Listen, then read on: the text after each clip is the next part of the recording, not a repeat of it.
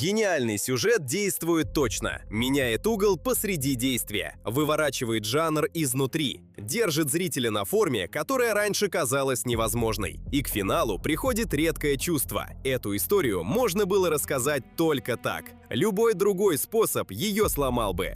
Я собрал 10 таких картин. Между ними годы, страны и бюджеты. От снятого за 8 дней эксперимента до большой космической фантастики. А внутри бьется одно и то же. Сценарий здесь – двигатель всей истории. Он держит внимание сам, меняет ожидания там, где зритель его не ждет, и оставляет то чувство точности, ради которого мы пересматриваем кино. Спойлеров здесь не будет, говорим только о том, что картина обещает на старте. Идем от 10-го места к 1-му. Начинаем со свежего проекта подборки – космической истории, где одиночество героя, научная задача и огромная дистанция от Земли собираются в один строгий драматический механизм.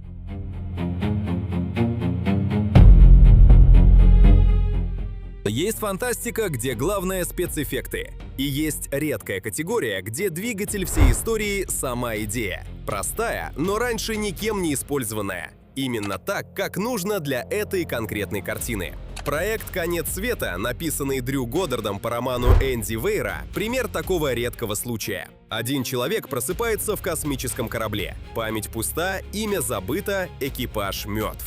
И постепенно он понимает, на нем висит научная задача, от которой зависит судьба Земли. Учитель средней школы, оставшийся один на расстоянии многих световых лет от дома, должен найти решение сам. Поддержки рядом ждать неоткуда. Помогать будут только знания, дисциплина и собственная голова. Теперь для героя нет мелких действий. Все, что он делает на корабле, связано с выживанием и с задачей, которую кроме него решить некому. Вся история построена именно на этом ритме одиночной работы. Внутри простой завязки есть деталь, ради которой стоит дослушать сегмент. У героя появляется собеседник. Существо, чей голос команда звукорежиссеров создавала отдельно. Через настоящие музыкальные инструменты, записи животных, физические резонансы и даже звук, извлеченный из обыкновенного водного кувшина. Получился голос, который звучит как живой музыкальный инструмент. Это решение полностью меняет тон сцен между двумя одинокими существами в открытом космосе. Голос становится отдельным персонажем внутри фильма. Сам Годдард в интервью говорил, что адаптация далась тяжелее, чем «Марсианин», и это чувствуется по самой задаче. В книге герой часто думает вслух внутри текста, а кино должно показать эту работу без страницы и внутреннего монолога. Пришлось искать визуальный ритм, выстраивать флешбеки и держать длинные сцены, где человек остается один на один с задачей. Главная сложность здесь – сделать мышление зрелищным. Главное обещание фильма – спокойное и точное. Здесь огромный масштаб задачи соединяется с очень человеческим способом ее решать. И даже космос начинает ощущаться иначе, потому что каждый звук в нем имеет вес. После космического одиночества следующий фильм резко сужает пространство. Триллер начинается так, что зритель еще минут 20 думает, будто смотрит совсем другой жанр. Загородный дом, выходные с друзьями, легкое утро, кофе на террасе. Камера ласкова, музыка фоновая, и ничего вокруг не предвещает беды. Именно из этого спокойного утра вырастает тот тип напряжения, который зритель совершенно не ждал. Компаньон Дрю Хэнкока строится на этом ощущении. В центре молодая пара и круг знакомых, приехавших в большой дом за городом. Все улыбаются, все вроде бы знают друг друга. И только постепенно у зрителя появляется легкое неудобство. Сначала непонятно, откуда оно, но спокойствие уже испорчено. Чужой взгляд, странная реакция, слишком долгая пауза перед ответом. Все начинает работать как маленькие трещины в красивой картинке. И чем дольше длится это утро, тем яснее становится. Фильм меняется прямо у тебя на глазах. Самое интересное в этом проекте – путь Хэнкока к собственной истории. «Компаньон» стал его полнометражным режиссерским дебютом, но сначала он долго существовал именно как сценарий. Хэнкок придумал эту конструкцию, выстроил ее на бумаге, а потом сам довел до экрана. В фильме чувствуется редкая плотность. Кадр, пауза, поворот, взгляд персонажа – все работает в одном тоне. История кажется цельной, будто ее собрали одним движением. Фильм не пытается громко себя продать, он просто медленно сдвигает землю под зрителем. И вот ты уже сидишь напряженно, хотя на экране все еще ничего страшного по сути не произошло. Это очень холодный, очень аккуратно собранный триллер. Из тех, после которых еще долго хочется проверить, заперта ли дверь. И еще долго хочется послушать, как звучит следующий проект автора. Там, где компаньон играет на обманчиво спокойной поверхности, то, что внутри превращает недоверие почти в комедийную задачу. Перед нами вроде бы знакомое лицо, но внутри уже другой человек. И зритель должен мгновенно это считывать. По жесту, по голосу, по тому, как герой сидит, смотрит и реагирует. Если такой ясности нет, история быстро превращается в хаос лиц и реплик. То, что внутри Грега Джардина, решает эту задачу с почти физическим азартом. Старые друзья собираются на странную вечеринку. Один из них приносит загадочный чемодан, в котором лежит игра. С этого момента внешность перестает быть подсказкой. Тело то же самое. Человек внутри другой. И вся комедия, и весь триллер этой картины держится на одной простой вещи. Зритель должен в любую секунду чувствовать, чей это сейчас внутренний голос, чьи привычки и чей способ держать руки. От этой ясности зависит не удобство просмотра, а сам азарт игры.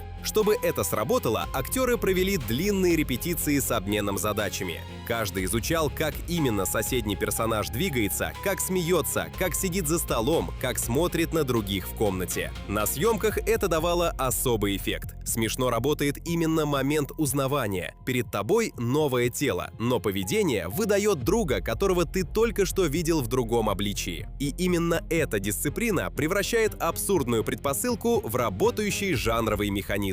Это редкий пример картины, где актерская дисциплина важнее эффектов. Главное здесь – лицо, манера и точно подсмотренная чужая привычка. К середине фильма ты ловишь себя на смешной вещи. Ты следишь за людьми, которых вроде бы знаешь, а узнаешь их совсем по другим признакам. И это, кажется, лучшая возможная реклама хорошего сценария. Зрителю достается работа глаза, азарт наблюдения и тихое удовольствие узнавания. В «Претендентах» напряжение строится без жанровой маски. Персонажей приходится считывать по взглядам, паузам и старым обидам. В центре трое – тренер, ее муж и друг семьи, с которым у обоих была общая молодость. Они выходят на корт, садятся на скамейки, обмениваются взглядами, играют матчи. И все это время держат внутри себя историю, которая длится много лет. Каждый из троих знает о другом то, чего больше никто не знает. Претенденты Луки Гуаданьино строят спортивную драму как игру позиций. Теннис здесь – форма, через которую видно расстановку сил. Кто атакует, кто защищается, кто рискует, кто ждет ошибки. Каждый матч между героями – продолжение того, что было сказано вне корта. Каждый разговор вне корта – будущая подача на следующей игре. Прошлое здесь все время выходит на площадку вместе с героями. Сегодняшний матч уходит в юность. Юность возвращается в текущий день. И каждая такая сшивка меняет вес следующего удара. В исходном сценарии ключевой сцены между тремя героями вообще не было. Ее придумали и довели до окончательной формы уже во время репетиций. Тренировки актеров стали работой над эпизодом, который оказался ключом ко всей геометрии отношений. Эта сцена превратила треугольник из описания в живую систему давления, где каждый знает чужие слабые места. Так производственный факт связывает репетиции с главным ощущением фильма. Отношения здесь давят сильнее спорта. Итоговое ощущение редкое. Спорт здесь становится физическим продолжением психологии героев, а психология героев – продолжением их давней истории. Гуаданьино держит температуру высоко, но без крика. Камера наблюдает за лицами так, будто читает мысли. И к финалу остается чувство, что матч закончился, а напряжение между этими людьми продолжается. Уже без корта, без ракеток и без зрителей.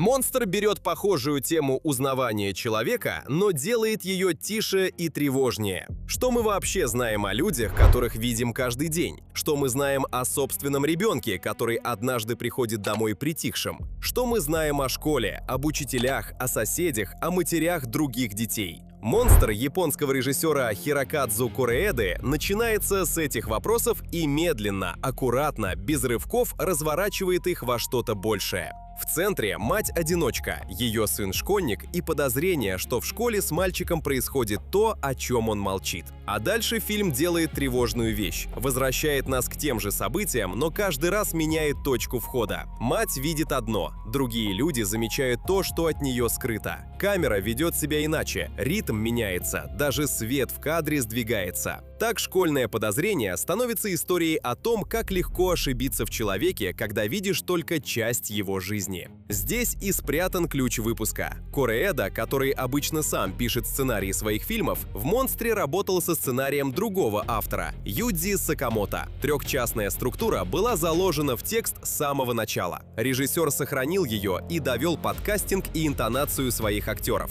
В результате получился фильм, где каждая новая точка зрения меняет информацию и само чувство от уже увиденного. Картина двигается медленно и очень осторожно. Тихая интонация, школьный коридор, лес за домом, ливень, в котором все начинается заново. Здесь чужая правда оказывается важнее громких объяснений. И где-то под спокойной поверхностью все время звучит тревога. К финалу у зрителя остается вопрос, выходящий за рамки сюжета, о том, как часто мы спешим назвать кого-то монстром, еще не дослушав историю до конца.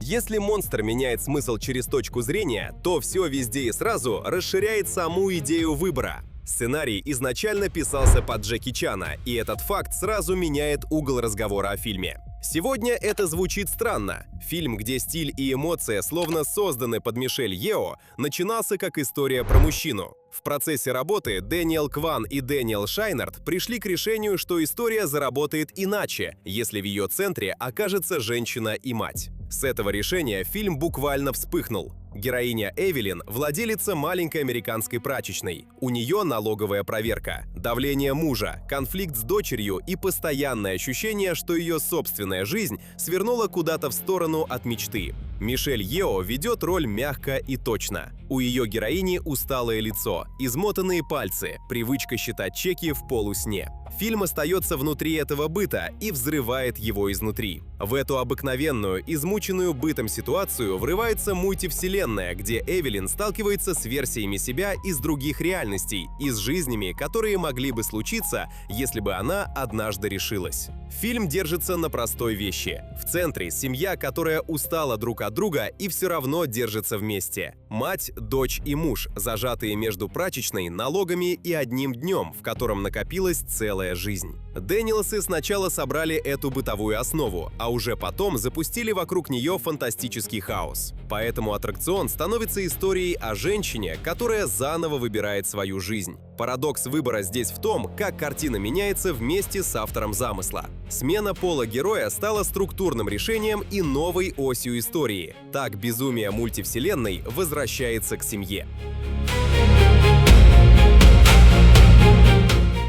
На фоне мультивселенной «Худший человек на свете» звучит почти буднично. Молодая женщина идет по утренней улице. Город вокруг нее словно замер. Прохожие застыли на полшаге. Машины остановились посреди движения.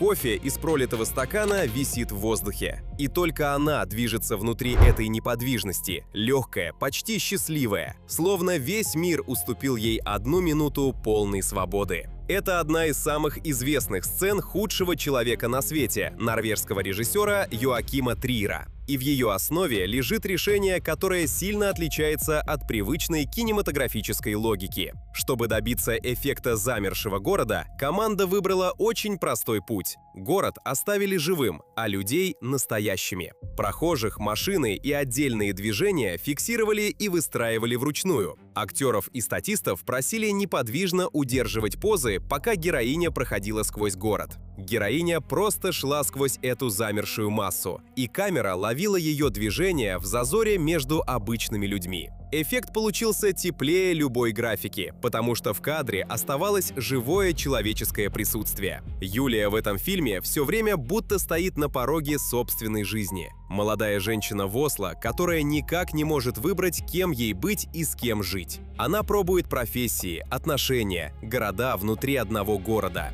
Фильм поделен на главы, и каждая глава ловит ее на новом этапе самоопределения. У каждой главы свое настроение, свой темп, своя длительность. Триер дает героине время. Камера спокойно наблюдает за тем, как она тянется к жизни и одновременно ускользает от любого окончательного выбора. Производственное решение со сценой замершего города работает здесь как точная аналогия всей картины. Реальность стоит на месте, а человек внутри нее все-таки движется, и это движение зритель чувствует физически. После такого фильма хочется задержаться на месте еще на несколько минут, прежде чем встать и вернуться к обычному ритму. Дальше температура резко меняется. Когда зритель садится перед фильмом о мести, у него есть набор ожиданий. Громкие сцены расплаты, обостренные конфликты, путь героини от боли к жесткому ответу. Кэсси, главная героиня девушки, подающей надежды, сначала вписывается в эту схему, но сценарий быстро оставляет зрителя без привычной опоры. Эмеральд Феннелл, режиссер и сценарист фильма, сознательно работает с ожиданиями жанра. Она перестраивает привычную подачу так, чтобы знакомая конструкция давала сбой именно в момент, когда зритель ждет прямого эмоционального отклика. Каждая сцена ставит человека перед маленьким моральным выбором, и часто этот выбор оказывается тяжелее любого экшена.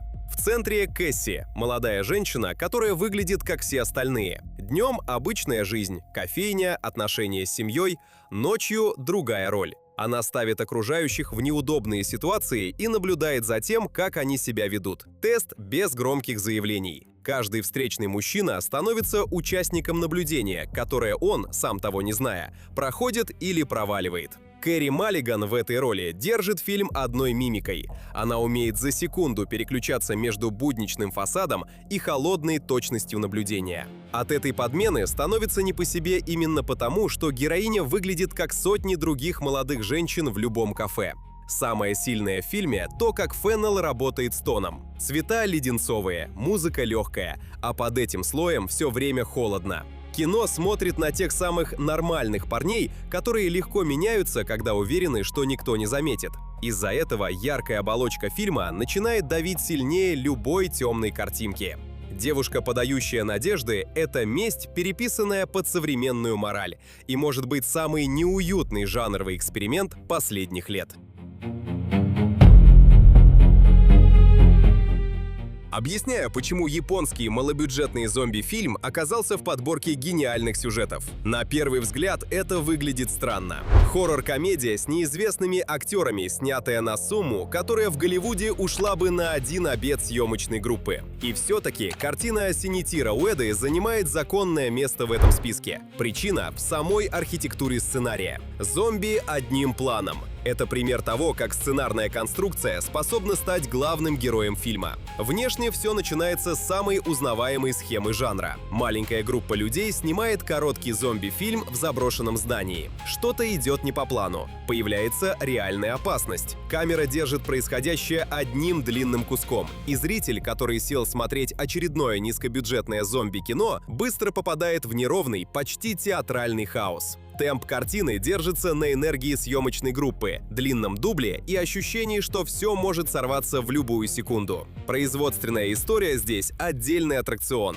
Фильм был снят примерно за 8 дней. Бюджет оказался ничтожным даже по меркам жанрового кино. Актерский состав до премьеры был почти никому не известен. После выхода в прокат «Зомби одним планом» превратился в кассовый феномен и распространился через сарафанное радио, что в современной индустрии случается крайне редко. Слух о фильме сначала шел по фестивалям, потом по социальным сетям. К моменту международного релиза за картиной уже стояла волна зрительского энтузиазма, какая обычно бывает у больших студийных премьер. В этом и состоит чистый принцип выпуска. Гениальный сюжет держится на идее, дисциплине и вере в собственный замысел. Деньги здесь – величина второго порядка. Уэда и его команда сложили картину так, что каждая мелочь работает на финальный эффект. И ровно поэтому фильм соседствует с большими международными именами в этом списке. А дальше другой конец спектра. Иранская драма, где сила сюжета рождается из морального давления внутри одной семьи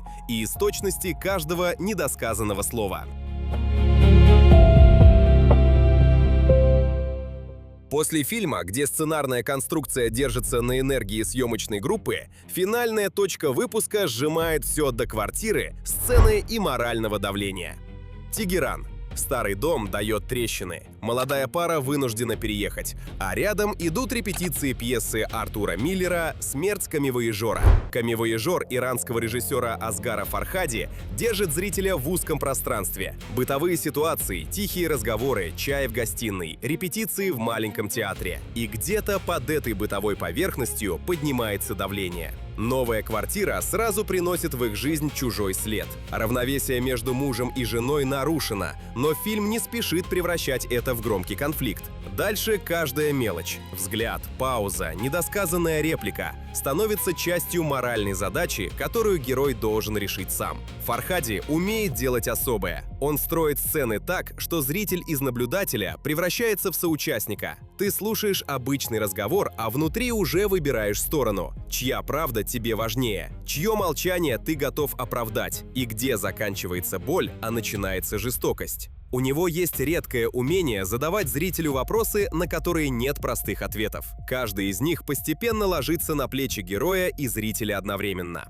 В конце выпуска этот фильм стоит первым по одной простой причине. Он показывает, как работает гениальный сюжет в самом строгом виде. Люди, моральный выбор, тишина между словами, драматургия в ее чистом виде. После такого финала остается очень личное ощущение, будто кто-то близкий только что вышел из комнаты, и ты еще долго слышишь его шаги в коридоре. Финальный штрих дают Канны. В 2016 году фильм получил на фестивале сразу 2 главных творческих приза. Один за сценарий, который написал сам Фархади, второй за актерскую работу Шахаба Хосейни в главной мужской роли. И в случае «Камевояжера» это звучит особенно точно. Здесь сценарий и актерская работа держат одно давление от первой минуты до последней, без лишних объяснений и громких жестов. 10 фильмов, 10 способов собрать историю так, чтобы ее нельзя было пересказать чужими словами. В каждом случае сюжет держится на своем внутреннем законе. Фильм заранее задает правила, ведет зрителя по ним и постепенно показывает, почему именно такая форма была нужна этой истории. Поэтому эти картины запоминаются событиями и тем, как они заставляют смотреть, ждать, сомневаться и возвращаться к деталям после просмотра. Это и есть общая черта выпуска. Сценарий здесь — главный двигатель, ради которого фильм существует. Он задает правила, по которым мы смотрим историю и ведет от сцены к сцене без случайных остановок. У каждого фильма свой инструмент, и каждую из этих историй можно было рассказать только так. Любой другой способ ее сломал бы. А что для вас гениальный сюжет в кино? Точная конструкция, неожиданная форма, моральная глубина или сила одной идеи? Напишите в комментариях, какой фильм добавили бы в этот список. Я читаю все. Если выпуск был полезен, поставьте лайк и подпишитесь. Дальше еще больше живых разборов сильного кино.